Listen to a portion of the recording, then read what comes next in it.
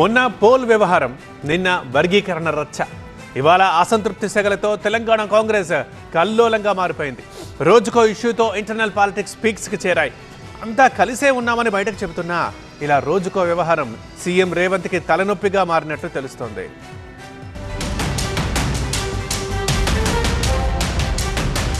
కాంగ్రెస్ అంటేనే గొడవలు, ఒకరికొకరి మధ్య సహకారం ఉండదు అనేది విపక్షాల వాదన. సరిగ్గా ఇదే వాదనను నిజం చేస్తున్నాయి ఇటీవలే వరుసగా జరుగుతున్న ఘటనలు. అంతా పర్వాలేదులే అనుకున్న సమయంలో ట్విట్టర్ పోల్ పార్టీకి భారీ డ్యామేజ్ ని తీసుకొచ్చింది. ప్రతిపక్ష బీఆర్ఎస్ కు బాగా మైలేజ్ ఇచ్చింది. ఫామ్ హౌస్ పాలన బాగుందా లేక ప్రజల వద్దకు పాలన బాగుందా అని తెలంగాణ కాంగ్రెస్ పెట్టిన ట్విట్టర్ పోల్లో 70% పైగా ఓట్లు కాంగ్రెస్ కు వ్యతిరేకంగా రావడంతో పార్టీ నేతలందరూ అవాక్కయ్యారు. పోల్ డిలీట్ చేసి డ్యామేజ్ ని తట్టుకునే ప్రయత్నం చేసినా జరగాల్సిన డ్యామేజ్ అంతా జరిగిపోయింది. సైలెంట్ మోడ్ లో ఉన్న కేసీఆర్ బయటకు వచ్చి వైల్డ్ ఫైర్ లా రియాక్ట్ అయ్యారు.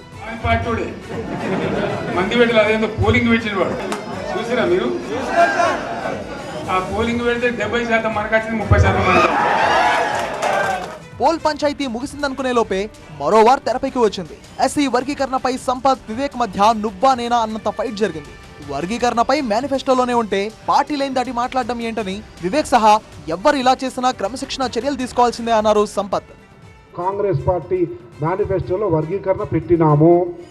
ఖార్గే గారు కూడా అనౌన్స్ చేసినారు, రాహుల్ గాంధీ గారు అనౌన్స్ చేసినారు, అసెంబ్లీలో కూడా ముఖ్యమంత్రి గారు ప్రకటన చేసినారు.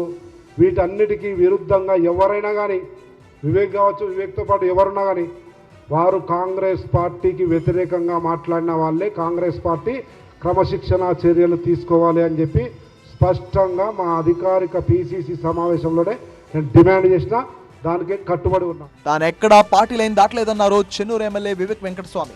తన జాతి ఆత్మగౌరవం కోసమే సభ పెట్టుకున్నామని, పార్టీ ఏ నిర్ణయం తీసుకున్నా దేనికైనా సిద్ధమే అన్నట్టు మాట్లాడారు వివేక్. ఎందుకు తిడుతున్నారు వాళ్ళని నాకు అర్థమవుతలేదు. నేను ఎవరి గురించి విమర్శించేది అవసరం లేదు.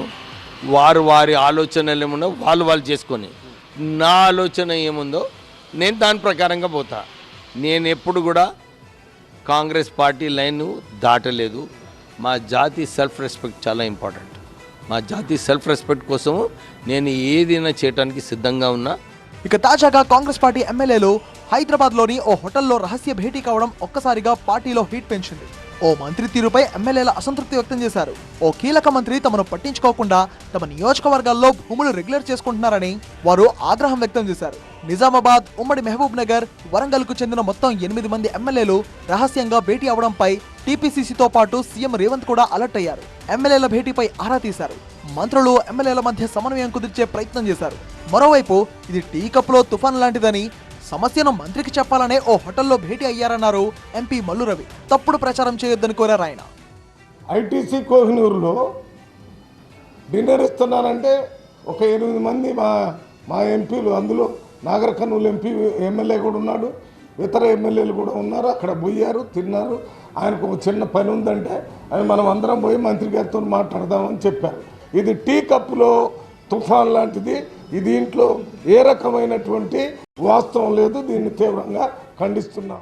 ఒకవైపు అంతా కలిసే ఉన్నాం, సంక్షేమంలో నెంబర్ 1 గా మారామని కాంగ్రెస్ పార్టీ బయటకు చెప్తున్నా, కాంగ్రెస్ పార్టీలో జరిగిన ఈ 3 ఘటనల తీన్మార్ ఇప్పుడు రేవంత్ రెడ్డికి తలనొప్పిగా మారాయని తెలుస్తోంది. మరి చూడాలి కాంగ్రెస్ లో ఏం జరుగుతుందో, ఏం జరగబోతుందో.